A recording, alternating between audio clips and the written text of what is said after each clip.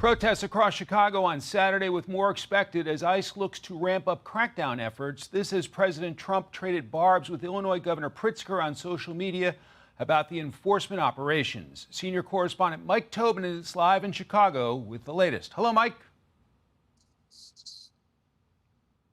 Operations have not materialized. What have materialized here in the city of Chicago are protests. 3 different protests took place yesterday. Yesterday evening, we saw hundreds gather in Millennium Park. A lot of the usual actors that we see at different protests. And the reason for that is 11 different groups that often protest around the city of Chicago came together under the umbrella of the Coalition Against the Trump Agenda. So they were focused on the Trump agenda, but you saw people protesting everything from the Palestinian cause to trans rights. They marched around the city without major incident. There was another protest that formed up in Broadview, and that is because an ICE processing facility is being set up there on a temporary basis. There were also protests at the Naval Station north of Chicago, and that is where ICE is largely headquartering, or certainly they're using that as a logistical hub. The whole thing was inflamed yesterday by a post on Truth Social from President Trump in which he channeled Robert Duvall from the movie Apocalypse Now, saying, "I love the smell of deportation in the morning." That triggered the ire of Illinois Democrats who had all sorts of negative things to say about that particular post. So while all the protests are going on, we still haven't seen major ICE operations. What we did see yesterday, 2 homicides and 5 people were shot in the city of Chicago since noon yesterday. Mike, back to you. Mike Tobin live in Chicago. Mike, thanks very much. Got it. For more, let's bring in New York Congresswoman and member of the House Intelligence Committee, Claudia Tenney. Congresswoman, welcome. Thank you. Great to be on. So you've heard about the pushback from officials there in Chicago about the federal surge, perhaps in the Windy City. What's your take on all of it?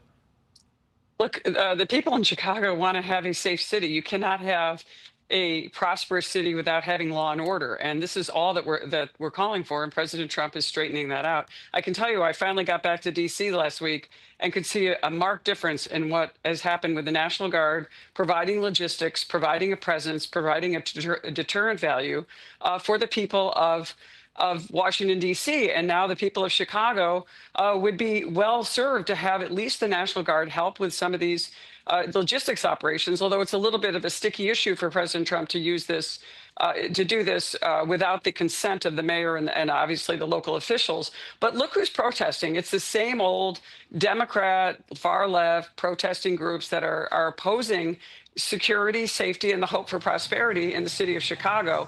When the people in Chicago are having to close down their buildings, and you're seeing continued murders and shootings going on because they don't have a strong police presence. But remember, Governor Pritzker didn't have any problem bringing the National Guard in when they had to protect the Democrats at their national convention. You know, so that wasn't a problem for that situation. So I just hope the people of Chicago get an opportunity to have a prosperous city with free of crime so their children can go to school and they can prosper again. To here in Washington, the Army has extended the National Guard's orders to be on duty here through November.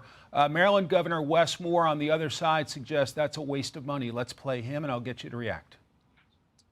The National Guard are responsible during this occupation for 744 cubic yards of mulch spread, 886 bags of trash collected, 270 feet of fence painted. You know what we don't have stats on? How many illegal guns has the National Guard seized? How many drug busts has the National Guard done? You work here, you live here part-time. How do you respond to the governor of Maryland? Well, first of all, he was in the military, so he should know that the military perform a wide array of jobs. The National Guard is part of a beautification effort, and they also are doing a lot of logistics, and they are responsible, as Pam Bondi has pointed out and done many press conferences, showing the number of illegal guns seized, the number of arrests, the curfew numbers, the lack of murders in the District of Columbia. So for him to just point out that they're only on the beautification efforts is obviously, he's running for president. He's trying to set himself up as against Trump and not really promoting the good things that are happening in the District of Columbia, which I've witnessed last week, my first time back since the summer recess. Then there's the Trump administration's crackdown on narco-terror groups. Here's Secretary of State Marco Rubio on that front. The United States has long, for many, many years, established intelligence that allow us to interdict and stop drug boats. And we did that.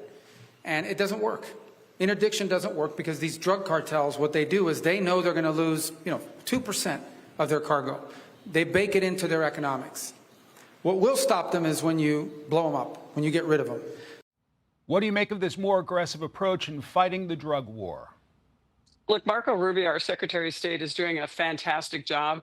It is so important to go beyond interdiction and actually seize the assets and actually show force against these people who are now designated as foreign terrorist operations or organizations, which means we can use more intelligence against them. We can freeze their assets. We can prevent them from really committing one of the worst crimes that we've seen in our country, which is this: over 100,000 Americans die every single year from overdoses. And this is, Russia and China teaming up with these narco-terrorism groups, destroying our country from within, destroying our children. So I think going the next step and actually, calling these people what they are, they're terrorist organizations. They're destroying the United States. They're destroying our future. And Marco Rubio is exactly right. This is what he has to do. And President Trump is leading the charge of making sure that we are telling our enemies we're serious.